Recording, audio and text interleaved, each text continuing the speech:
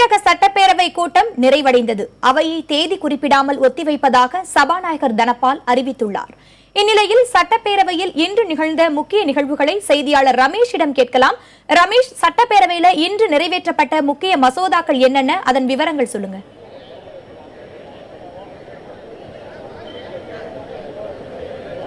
அதாவது 3 மசோதாக்கள் நிறைவேற்றியிருக்கிறார்கள். குறிப்பாக அக்டோபர் மாதம் தமிழகத்திலே உள்ளாட்சி தேர்தல் நடைபெற இருக்கிறது. அந்த தேர்தலில் சில திருத்தங்களை கொண்டு வந்திருக்கிறார்கள். ஏற்கனவே 12 மாநகராட்சிகள் இருக்கின்றன. அந்த மாநகராட்சிகளுக்கு ஏற்கனவே உள்ள நடைமுறைப்படி மேயருக்கென்று தனியாக ஒரு தேர்தலும் கவுன்சிலருக்கென்று ஒரு தனியாக ஒரு தேர்தலும் இருக்குது. அந்த முறையை மாற்றி அமைத்து கவுன்சிலர்களே மேயர்களை தேர்ந்தெடுக்கக்கூடிய ஒரு சட்ட திருத்தத்தை கொண்டு வந்திருக்கிறார்கள். அந்த சட்ட திருத்தம் அந்த எண்ணிக்கை அடிப்படையில் நிறைவேற்றி இருக்கிறது. அதாவது திமுக என்ன சொன்னாங்கன்னா, இந்த இடத்துல குரல் வாக்கெடுப்பு வேண்டாம், அதாவது வாக்கெடுப்பு நடத்தணும் அப்படின்ற ஒரு கோரிக்கையை வச்சாங்க.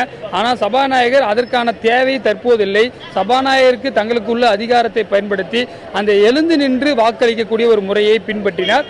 அந்த அடிப்படையில் இந்த தீர்மானத்தை முன்வழிந்து அந்த வாக்கெடுப்பு விழும்பொழுது கிட்டத்தட்ட 132 எம்எல்ஏக்கள் இந்த தீர்மானத்திற்கு ஆதரவு தெரிவித்தும் கிட்டத்தட்ட 88 பேர் எதிர்ப்பு தெரிவித்தல் ஏகோபித்த அடிப்படையில் இந்த அதிக அளவிலான எம்எல்ஏக்கள் தீர்மானத்திற்கு ஆதரவளித்த என்ற அடிப்படையில் தீர்மானம் நிறைவேறியது.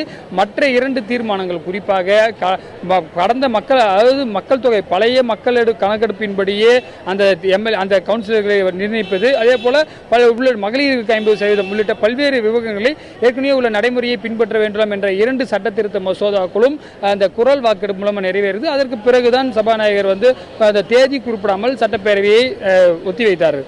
திவ்யா. ரமேஷ், முதலமைச்சர் சார்பாக வெளியிடப்பட்ட அறிவிப்புகள் என்னென்ன?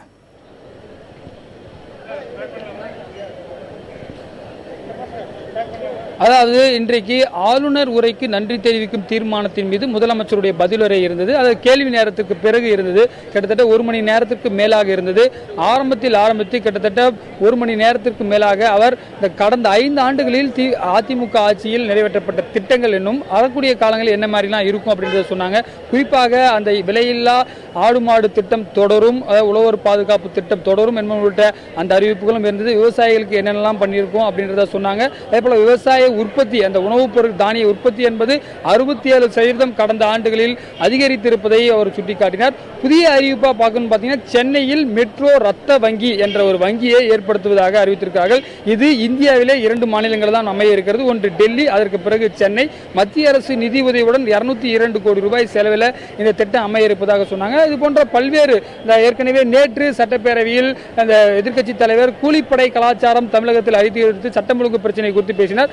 அதற்கு பதிலளிக்கும் வகையில் கூலிப்படை கலாச்சாரம் தமிழகத்திலே சட்டம் ஒழுங்கு சீராகத்தான் இருக்கிறது, அமைதி பூங்காவாக தமிழகம் திகழ்கிறது என்ற ஒரு விஷயத்தையும் சொன்னாங்க.